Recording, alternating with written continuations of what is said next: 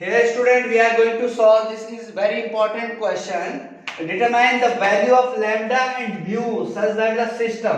हमारे पास तीन इक्वेशन दी है और पूछा है कि लैम्डा और म्यू के लिए ये किसके लिए नो सॉल्यूशन होगा, लैम्डा और म्यू की किस वैल्यू के लिए यूनिक सॉल्यूशन होगा और लैम्डा और म्यू की किस वैल्यू के लिए इनफाइनाइट नंबर ऑफ सॉल्यूशन होगा। तो हम इसको देखते हैं। सबसे पहले हम ए मैट्रिक्स लिखते हैं, कोएफिशिएंट मैट्रिक्स 1 1 1 here 1 2 3 और 1 2 लैम्डा। ठीक है स्टूडेंट, यहां हमने बी लिखा, बी हो गया हमारा 6 10 और म्यू। ओके स्टूडेंट, ये लिख दिया। अब ऑगमेंटेड मैट्रिक्स लिखा। ऑगमेंटेड मैट्रिक्स आपको पता है ए और बी को कोएफिशिएंट को कंबाइन करके जो मैट्रिक्स हम बनाते हैं दैट इज ऑगमेंटेड मैट्रिक्स। ये क्वेश्चन बीटेक के लिए और बीएससी में बहुत इंपॉर्टेंट क्वेश्चन है, एग्जाम में आता है। अब देखेंगे इसकी हेल्प से रैंक फाइंड करेंगे। इसकी हेल्प से इन दोनों को जीरो किया तो R2 replace by R2 minus R1 and R3 replace by R3 minus R1। Okay student, now it become 1 0 0 1 2 minus 1 1 2 minus 1 1 1 3 minus 1 2 and lambda minus 1 lambda minus 1 and it is 6 10 minus 6 4 and mu minus 6। Okay student, अभी भी इसको क्योंकि हमारे पास upper triangular form में अगर लाए तो इसको लिया, इसके नीचे जीरो, इसको लिया तो इसके नीचे वाला जीरो होना चाहिए। तो हमने R3 लिखना है स्टूडेंट, R3 माइनस R2। ठीक है स्टूडेंट, तो हमारे पास क्या आ गया, 1 0 0 1 1 0 1 2 लैम्डा माइनस 3 और 6 4 म्यू माइनस 10। ओके स्टूडेंट, इस मैट्रिक्स को हम इधर लिख देते हैं। ये आ गया हमारे पास 1 1 1 6 0 1 2 4 0 0 lambda minus 3 and mu minus 10। अब देखें स्टूडेंट, सबसे पहला क्वेश्चन है हमारा unique solution, no solution. No solution कब होता है, हमारे को पता है नॉन होमोजेनियस इक्वेशन, क्योंकि नॉन होमोजेनियस इक्वेशन है। नॉन होमोजेनियस इक्वेशन में जब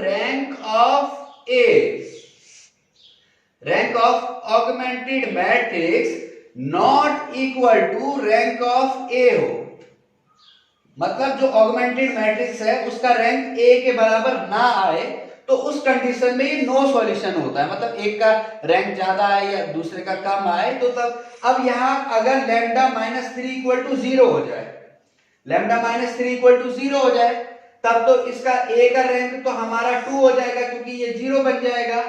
और अगर mu minus 10 not equal to 0 यानी म्यू 10 के इक्वल ना हो तो ए का रैंक तो हमारा 2 हो गया और बी का रैंक हमारा 3 हो जाएगा।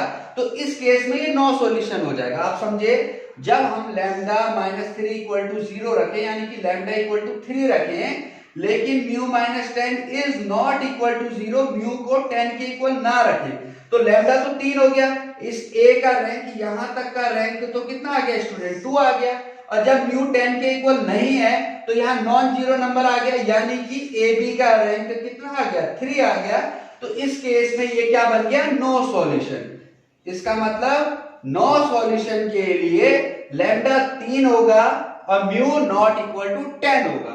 इसके बाद आते हैं यूनिक सॉल्यूशन में। यूनिक सॉल्यूशन कब होता है स्टूडेंट, यूनिक सॉल्यूशन होता है जब rank of augmented matrix equal to rank of A equal to number of unknown variable.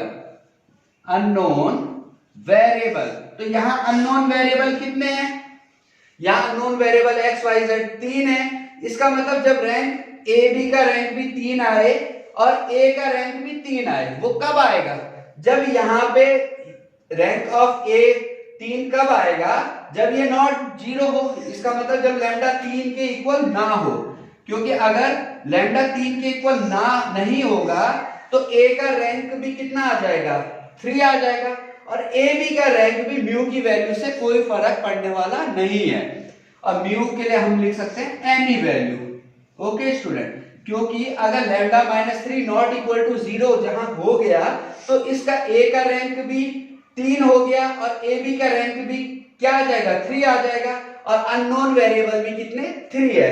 तो यूनिक सॉल्यूशन के लिए आप बोल सकते हैं lambda is not equal to 3 and mu any value possible. Okay student, अब तीसरा इनफाइनाइट नंबर ऑफ सॉल्यूशन। तो हम यहां लिख दें, कोई प्रॉब्लम तो नहीं है स्टूडेंट, दिख रहा है स्टूडेंट, कोई प्रॉब्लम तो नहीं है यहाँ। इनफाइनाइट नंबर ऑफ सॉल्यूशन कब होगा, आपको पता है इनफाइनाइट कब होता है, जब rank of A B augmented matrix equal to rank of A के इक्वल हो, लेकिन दोनों नंबर ऑफ अननोन से कम हो, दोनों का रैंक नंबर ऑफ अननोन से कम हो। इसका मतलब रैंक ऑफ ए बी और ए तो इक्वल हो, लेकिन दोनों अननोन से कम हो। तो अननोन कितने हैं यहाँ 3 हैं, तो इसका मतलब जब ए का और ए बी का रैंक 3 से कम आए, और वो पॉसिबिलिटी कब है, जब लैम्डा -3 इक्वल टू 0 हो और म्यू -10 इक्वल टू 0 हो। जब लैम्डा -3 इक्वल टू 0 होगा, म्यू -10 इक्वल टू 0 होगा, तो ए का रैंक भी 2 आ जाएगा और ए बी का रैंक भी 2 आ जाएगा। तो इनफाइनाइट सॉल्यूशन के लिए lambda -3 equal to 0, lambda equal to 3 and mu -10 equal to 0, mu equal to 10। तो इस तरीके से हम स्टूडेंट पता लगा सकते हैं कि नो सॉल्यूशन कब होगा, यूनिक सॉल्यूशन कब होगा और many solution. I hope you understand this lecture. Okay, thank you very much.